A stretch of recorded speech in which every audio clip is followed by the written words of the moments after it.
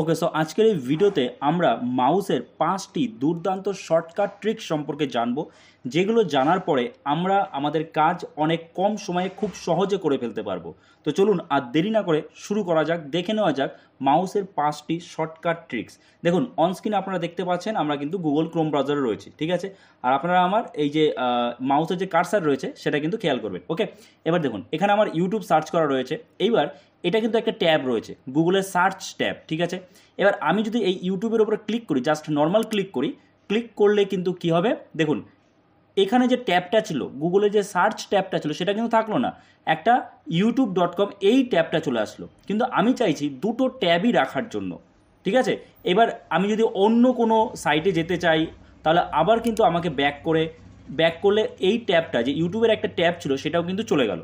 এবার আমি যদি চাই যে আমি ইউটিউবের বা অন্য কোনো সাইটের ট্যাব পরপর এরকমভাবে খুলে রাখবো, সেক্ষেত্রে আমরা কি করি, আমরা এই যে কোনো লিঙ্কের ওপরে এরকম রাইট ক্লিক করি, রাইট ক্লিক করে কি করি, open link in a new tab, এই যে ইন নিউ ট্যাব, এরকম করি, ঠিক আছে। তাহলে কিন্তু দেখুন গুগল সার্চ ট্যাব যেটা ছিল সেটা এরকমই থাকলো, এবং এই যে ইউটিউবের জন্য কিন্তু আলাদা একটা ট্যাব ওপেন হয়ে গেল। এরপরে কিন্তু আমি আবার ব্যাক করে এখানে একদম ডাইরেক্ট চলে আসতে পারি, আবার এখানেও আসতে পারি, ঠিক আছে। এবার এইটা করতে গিয়ে আমাদের কি করতে হলো, এখানে রাইট ক্লিক করতে হলো এই ইউটিউবের ওপরে, রাইট ক্লিক করার পরে তারপরে আসলো open link in new tab. তো এটা অনেকটা সময় লাগছে।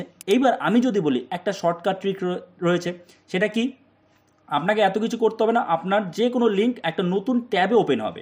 তার জন্য মাউসের মাঝখানে যে বাটনটা রয়েছে, মানে যেটাকে আমরা বলি স্ক্রল বাটন, তো সেই স্ক্রল বাটনে জাস্ট আপনি ক্লিক করবেন, ঘোরাবেন না, জাস্ট ক্লিক করবেন, ঠিক আছে। নর্মালি আমরা কি লেফট ক্লিক করে ওপেন করি, ঠিক আছে। নর্মাল ক্লিক করলে নতুন কোনো ট্যাব ওপেন হবে না। আর যদি আমি মাউসের মাঝখানে যে বাটন রয়েছে, স্ক্রল বাটন যেটা রয়েছে, সেটার উপরে যদি আমি ক্লিক করি, জাস্ট ক্লিক করলাম, দেখুন ভালো করে দেখবেন কার্সারটা রয়েছে, আমি এর উপর জাস্ট ক্লিক করলাম, ক্লিক করলেই কিন্তু ইউটিউবটা আমার একটা নতুন ট্যাবে ওপেন হয়ে গেল। কি বললাম, বোঝা গেল? আশা করি আপনারা বুঝতে পেরেছেন।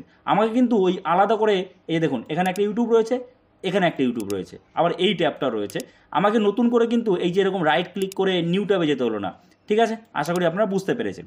আচ্ছা, এবার আমরা যাব সেকেন্ড ট্রিক্সে। সেকেন্ড ট্রিক্সটা কী রয়েছে, ধরুন আপনি যে কোনো জায়গায় যখন টেক্সট সিলেক্ট করেন, সেই টেক্সটে যে লাইন সিলেক্ট করেন বা ওয়ার্ড সিলেক্ট করেন, সেক্ষেত্রে যদি আমি ধরুন এই লাইনটা আমি সিলেক্ট করি যে কোনো জায়গায়, সেটা ওয়ার্ড প্যাড হোক, নোট প্যাড হোক, যে কোনো জায়গায় আমি যদি এই পুরো লাইনটা সিলেক্ট করতে চাই, তাহলে এরকম ক্লিক করে এরকমভাবে ড্র্যাগ করতে হবে, ঠিক আছে, তাহলে পুরো লাইনটা সিলেক্ট হলো। আবার যদি আমি এই ওয়ার্ডের উপরে ডবল ক্লিক করি, তাহলে শুধু এই ওয়ার্ডটা ক্লিক হলো, ঠিক আছে। কিন্তু আমি চাইছি সম্পূর্ণ লাইনটা সিলেক্ট করতে, তো তার জন্য কি আবার এইভাবে ড্র্যাগ করব? না, এটা করতে আমার সময় লাগবে। আমি জাস্ট সেই লাইনের ওপরে যে কোনো জায়গায় রেখে 3বার ক্লিক করব, 3বার, 1 2 3, দেখুন 3বার ক্লিক করলাম, পুরো লাইনটা কিন্তু একবারে সিলেক্ট হয়ে গেল। ওকে, সো আশা করি বুঝতে পেরেছেন কত শর্টকাটে আমরা কাজটা করে ফেললাম। এটা গেলো আমাদের 2 নম্বর ট্রিক্স। এবার আমরা শিখে নেব 3 নম্বর ট্রিক্স কী রয়েছে। দেখুন 3 নম্বর ট্রিক্স হচ্ছে, দেখুন এটা হচ্ছে আমাদের ব্রাউজার ওপেন করা রয়েছে, এবং তার সাথে সাথে কিন্তু আরও কিছু অ্যাপ্লিকেশন ওপেন রয়েছে। এই একটা অ্যাপ্লিকেশন রয়েছে, এই ক্রোম ব্রাউজার রয়েছে, ওয়ার্ডপ্যাড রয়েছে। এই যে দেখুন, আমি আপনাদের মিনিমাইজ রিস্টোর ডাউন করে দেখাচ্ছি। দেখুন রিস্টোর ডাউন করলাম, ভালো করে দেখুন, এই একটা তিনটে কিন্তু আমাদের এখানে কি রয়েছে, ওপেন রয়েছে অ্যাপ্লিকেশন। এবার আমি চাইছি বাকিগুলো যেটা কাজ করব সেটা থাকবে, বাকিগুলো আমি মিনিমাইজ করব। তো বাকিগুলো মিনিমাইজ করতে গেলে আমাকে এই একটা একটা করে মিনিমাইজ করতে হবে, তাহলে সেটাতে সময় লাগবে। তো অত সময় আমাদের কাছে নেই। আমরা তাহলে কি করব, আমরা শর্টকাটে কি করে করতে পারি, আমরা যেটার মধ্যে কাজ করব, ধরুন আমি এই মাইক্রোসফট ওয়ার্ডে কাজ করব, আমি বাকিগুলো আর চাই না, তাহলে আমি কি করব, জাস্ট এই যে টাইটেল বার আছে, টাইটেল বারের উপর এরকম ক্লিক করব, ক্লিক করে ধরবো, ধরে এরকমভাবে নাড়িয়ে দেবো, এরকম জায়গায় বলে শেক করে দেবো। শেক করলেই দেখুন বাকিগুলো সব যে বাকি যেগুলো ছিল অ্যাপ্লিকেশনগুলো, সেগুলো কিন্তু মিনিমাইজ হয়ে গেছে, ঠিক আছে। আমি আবার আপনাদের দেখাচ্ছি, এই হলো আমাদের মাইক্রোসফট, এই হচ্ছে আমাদের গুগল ক্রোম, আর এই হচ্ছে আমাদের মাইক্রোসফটের যে ব্রাউজার রয়েছে, ঠিক আছে। এবার ধরুন আমি এই মাইক্রোসফট ব্রাউজারটা এখন ইউজ করব, ঠিক আছে, বিং ব্রাউজার ইউজ করব। তো তার জন্য আমরা এইগুলো আলাদা করে মিনিমাইজ করতে হবে না, আমরা জাস্ট এই ব্রাউজারটার উপরে টাইটেল বারে ক্লিক করে ধরে এরকমভাবে শেক করব। যেই শেক করব দেখুন সব মিনিমাইজ হয়ে গেল, শুধু এইটা কিন্তু থাকলো, ঠিক আছে। দেখুন রিস্টোর ডাউন করে দেখালাম, এটা কিন্তু শুধু থাকলো, ঠিক আছে। আশা করি আপনারা বুঝতে পেরেছেন। এইবার ধরুন এটা গেলো আমাদের 3 নম্বর ট্রিক্স। এবার আমরা যাব 4 নম্বর ট্রিক্সে। 4 নম্বর ট্রিক্সটা কি, দেখুন আমরা যখন রিস্টোর ডাউন করি, এই যে রিস্টোর ডাউন করতে আসলে আমাদের এখানে আসতে হয়, তাই তো? এবার সেটা একটু সময় সাপেক্ষ ব্যাপার, তাই না? আমরা যেখানেই কাজ করছি বারবার করে এখানে খুঁজতে হবে। এবার যদি বলি আপনি শর্টকাটে রিস্টোর ডাউন করতে পারবেন কিভাবে? জাস্ট এই টাইটেল বারের উপরে এই মাউসের কার্সার আনবেন, এনে ডবল ক্লিক করবেন, দেখুন রিস্টোর ডাউন হয়ে গেল। ঠিক আছে, কতটা শর্টকাটে কিন্তু কাজগুলো কিন্তু মনে হচ্ছে খুবই সোজা কাজ, কিন্তু এই কাজগুলি আমরা অনেকে জানি না, যে কারণে আমরা যখন কোনো কাজ করি সেই সময় কিন্তু সময় বেশি লাগে সেই কাজটা শেষ করতে। ঠিক আছে, আচ্ছা এবার আমরা শিখে নেব 5 নম্বর ট্রিক্স। 5 নম্বর ট্রিক্সটা কী রয়েছে? 5 নম্বর ট্রিক্স রয়েছে, ধরুন আমি আবার গুগল ক্রোমে যাচ্ছি, গুগল ক্রোমে গিয়ে এটা আমি এক্সটেন্ড করে দিই। তো এখানে এসে দেখুন 5 নম্বর ট্রিক্স যেটা রয়েছে, ধরুন আপনি যে কোনো এই পেজটাকে জুম ইন এবং জুম আউট করবেন, সেটা কিভাবে করবেন? শুধু কি এইটা, যে কোনো জায়গায় আমি ডেস্কটপেও আপনাদের করে দেখাবো। তার জন্য আপনি কি করবেন? কন্ট্রোল চাপবেন, কার্সার আপনার যেখানেই থাকুক কন্ট্রোল চাপলেন কিবোর্ডে, কন্ট্রোল চাপার পরে আপনি কি করবেন?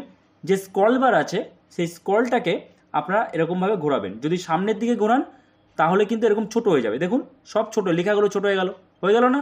আবার যদি এরকমভাবে পেছনের দিকে ঘোরান, দেখুন বড় হয়ে গেল।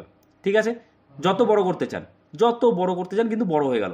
আবার একই রকমভাবে আমরা কিন্তু সেম জিনিস যে কোনো অ্যাপ্লিকেশনে করতে পারি, ইভেন এই ডেস্কটপের মধ্যেও আমরা করতে পারবো। দেখুন এই ডেস্কটপের যদি আমি করতে চাই তাহলে একই রকম যেখানেই হোক কার্সার থাকুক আমার, তারপরে আমাদের কি করতে হবে? কন্ট্রোল CTRL ক্লিক করতে হবে। কন্ট্রোলে ক্লিক করলাম, কন্ট্রোল চেপে রেখে, ঠিক আছে চেপে রাখতে হবে, চেপে রেখে জাস্ট স্ক্রল বারটা আমাদের ঘোরাতে হবে, স্ক্রলটাকে। তো স্ক্রলটা যখন আমি সামনে দিয়ে ঘোরাবো, দেখুন কি হচ্ছে, সামনে দিয়ে ঘোরালে বড় বড় হচ্ছে, তাই না? আবার যখন পেছনের দিকে এরকমভাবে ঘোরাচ্ছি এরকম ছোট হয়ে যাচ্ছে। ঠিক আছে, তো আশা করি আপনারা বুঝতে পেরেছেন। তো এইভাবে কিন্তু বারবার করে এই পেজ এরকম, তো আমাদের কিন্তু বারবার করে যে কোনো পেজ এইভাবে কিন্তু এরকমভাবে এইভাবে বড় করতে হবে না, আমরা জাস্ট এরকম কন্ট্রোল প্রেস করব, কন্ট্রোল প্রেস করে এরকমভাবে বড় করতে পারি স্ক্রল বারের মাধ্যমে। ঠিক আছে, আশা করি আপনারা বুঝতে পেরেছেন। তো এই 5টা ট্রিক্স আপনাদের কেমন লাগলো অবশ্যই কমেন্টসে জানাবেন, এবং এইরকমই কম্পিউটার রিলেটেড বিভিন্ন টিপস অ্যান্ড ট্রিক্সের ভিডিও পেতে এবং খুব তাড়াতাড়ি বেসিক কম্পিউটারের কোর্স শুরু হতে চলেছে, সেই সব ভিডিও পাওয়ার জন্য চ্যানেলটাকে অবশ্যই সাবস্ক্রাইব করে রাখবেন এবং পাশে থাকা বেল আইকনটাকে প্রেস করে অল নোটিফিকেশন অন করে দেবেন। তো চলুন দেখা হচ্ছে নতুন কোনো ভিডিওতে, সবাই ভালো থাকবেন।